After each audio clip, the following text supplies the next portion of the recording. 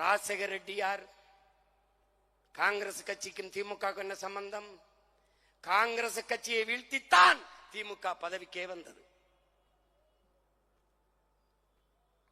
ஆனால் அந்த காங்கிரஸ் கட்சியின் ஆந்திர மாநிலத்தினுடைய முதல்வர் ராஜசேகர ரெட்டி,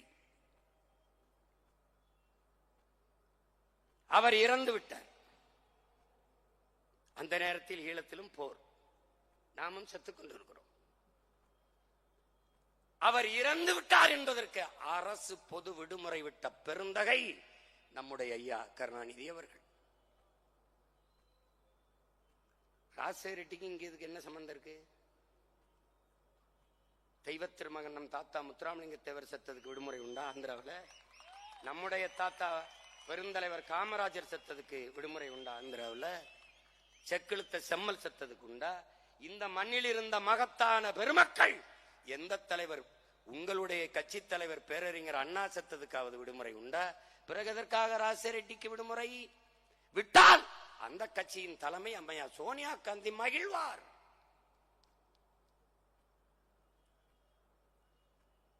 மானத்தமிழ் பிள்ளைகளே, இனியாவது விழித்துக் கொள்ளுங்கள்.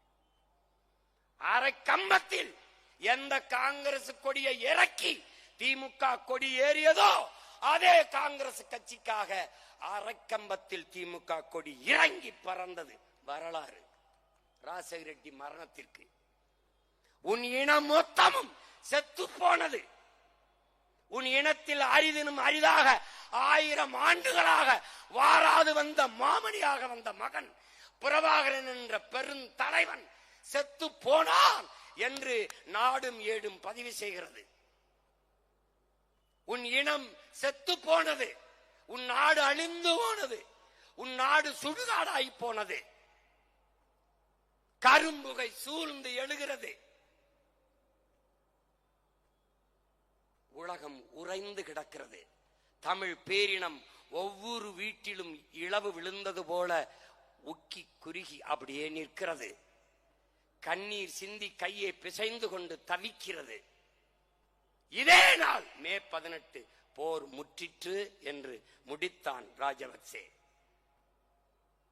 இந்த துயரத்தை இத்தனை ஆண்டுகளாக தனக்கு வாக்கு செலுத்தி தன்னையும் தன் குடும்பத்தையும் வசதியாக வாழவும் ஆழவும் வைத்த மான தமிழ் மக்களின் உணர்வுக்கு மதிப்பளித்து அந்த நாளை விடுமுறை நாளாக, ஒரு துயர நாளாக, தமிழின மக்களின் துயர நாள் என்று அறிவித்து விடுமுறை விட முடியாதா?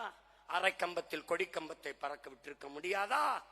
ஏன் இந்த மண்ணில் எந்த கட்சியடா செய்தது? எந்த கட்சி செய்தது? எந்த கட்சி? விடுதலை புலிகள் பயங்கரவாதிகள், தீவிரவாதிகள். சரி, மாவீர தினத்திற்கு நீ வணக்கம் செலுத்தவில்லை. செத்து கரிக்கட்டையாக நின்று இங்கே கதறி சிதறி கிடந்த என்னுடைய பிள்ளைகள் என்ன செய்தார்கள்? இந்த இன மக்கள் செத்தார்களே, அவர்களின் துயரம் சோய்ந்த இந்த மே 18வது நாளில் ஒரு வருத்த செய்தியை மாண்புமிகு தமிழக முதல்வர் ஐயா முத்துவேல் கருணாநிதி ஸ்டாலின் பதிவு செய்தது உண்டா? இல்ல ஐயா எதிர்கட்சி தலைவர்? தமிழன் வாக்கை வாங்கி வயிறு வளர்த்து பிழைக்கிற இவர்கள் உன்னுடைய உணர்வுக்கு ஒரு மதிப்பு இருக்காடா இந்த நாட்டில்? பாரதிய ஜனதா விடுற, காங்கிரஸ் விடுற, இந்த மண்ணுக்கென்று தொடங்கப்பட்ட கட்சிகள் உனக்காக நின்று இருக்கிறதா? சொல்லு. உன்னை சுதந்திரமா இந்த கூட்டத்தையாவது நடத்த விட்டு இருக்கிறதா? சொல்றா. இத்தனை நாள் இல்லாத இன்னைக்கு போய் மாநகராட்சி நடத்துகிற பொருட்காட்சியில் கலை பண்பாட்டு நிகழ்ச்சின்னு ஆட்டம் போட வேண்டிய அவசியம் என்ன வருது? தனியார் முதலாளி நடத்துகிற நிகழ்ச்சி பணம் வாங்கி கொண்டுதான் உள்ளே அனுப்புவான். இன்னைக்கு மட்டும் கட்டணம் இலவசம் என்று அறிவிக்க வேண்டிய அவசியம் ஏன் வருகிறது? ஏன் வருது? முன்னாடி நிற்பவன் பிரபாகரன் மகன் என்பதால் வருகிறது.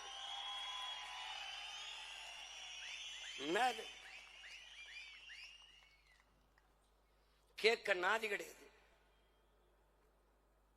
ஏன் இந்த கட்சிகள் இதற்கு வணக்கம் செலுத்தலை, ஒரு அறிக்கை விடலை? ஏன் விடுவதில்லை? ஏன்? இதில் அவர்களுக்கு அரசியல் இல்லை.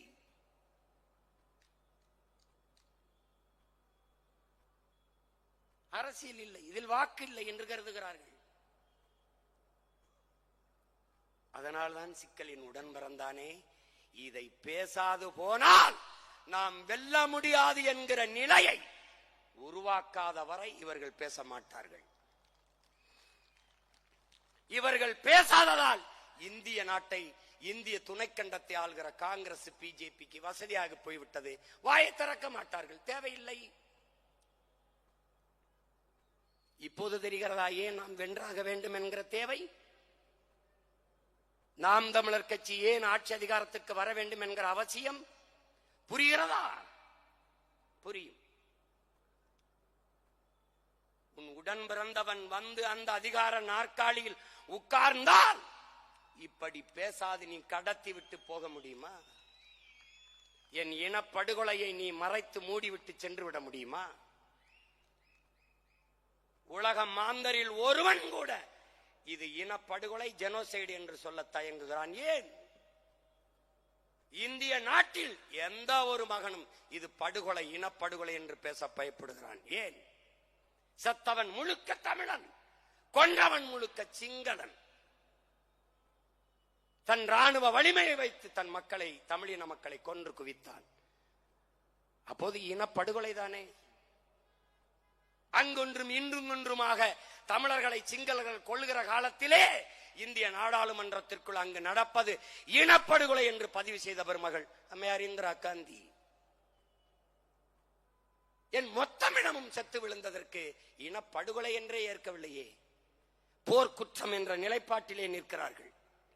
நாங்கள் அந்த போரே குற்றம் என்ற நிலைப்பாட்டில் நிற்கிறோம். அந்த போர் குற்றத்திற்கு கூட ஒரு உரிய விசாரணை இதுவரை நடக்கவில்லையே. காரணம் என்ன? இந்தியா வாய் திறக்கவில்லை. சின்ன சின்ன நாடுகள், எனக்கும் அவனுக்கும் எந்த தொடர்பும் இல்லாத நாடுகள் என் பக்கத்தில் நிற்கிறது. என் இனத்தின் பக்கத்தில், இனச்சாவின் பக்கத்தில் அனுதாபத்தோடு ஆரத்தழுவி நிற்கிறது. இங்கு வாழ்கிற 8 கோடி 10 கோடி தமிழ் மக்களினுடைய தாயகம் தமிழ்நாடு. 8 கோடி தமிழர்களின் தாய் நிலம். கர்நாடகா, ஆந்திரா, கேரளா, மகாராஷ்டிரா எல்லா மாநிலங்களிலும் பல லட்சக்கணக்கான தமிழ் மக்கள் பரவி வாழ்கிறோம். இந்தியா என் நாடு, பாரத நாடே பைந்தமிழர் நாடு. இந்திய நாடு என் நாடு. ஏன் எனக்காக பேசவில்லை? ஏனென்றால் தமிழர்களுக்கு என்று ஒரு தாய் நிலம் இருக்கிறது, தமிழ்நாடு. அதன் தலைவர்கள் பேசவில்லை, அதனால் அது பேசவில்லை. இவ்வளவுதான், இவ்வளவுதான்.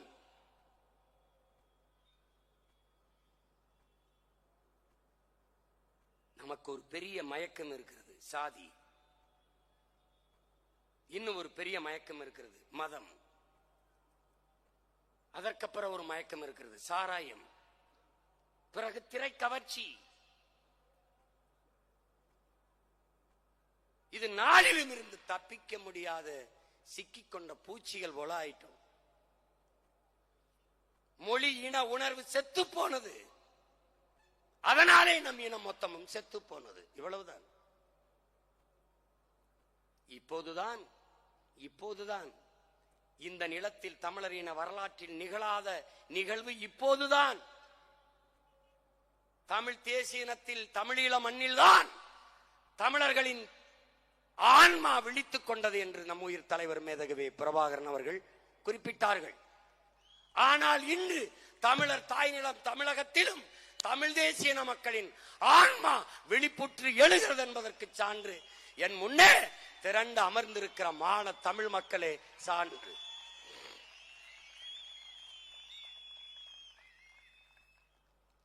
சாதிக்காக கூடுவான் பல லட்சக்கணக்கில், சார்ந்த மதத்திற்காக கூடுவான் பல லட்சக்கணக்கில், கும்பிடுகிற சாமிக்காக கூடுவான் பல லட்சக்கணக்கில். ஆனால் முதலாக வரலாற்றில் தான் பிறந்த பெருமை மிக்க தமிழன் என்கிற இனத்திற்காக இப்போதுதான் கூட தொடங்கி இருக்கிறார். இதுதான் வரலாற்றில் மாறுதல், இதுதான் புரட்சி, இதுதான் புரட்சி.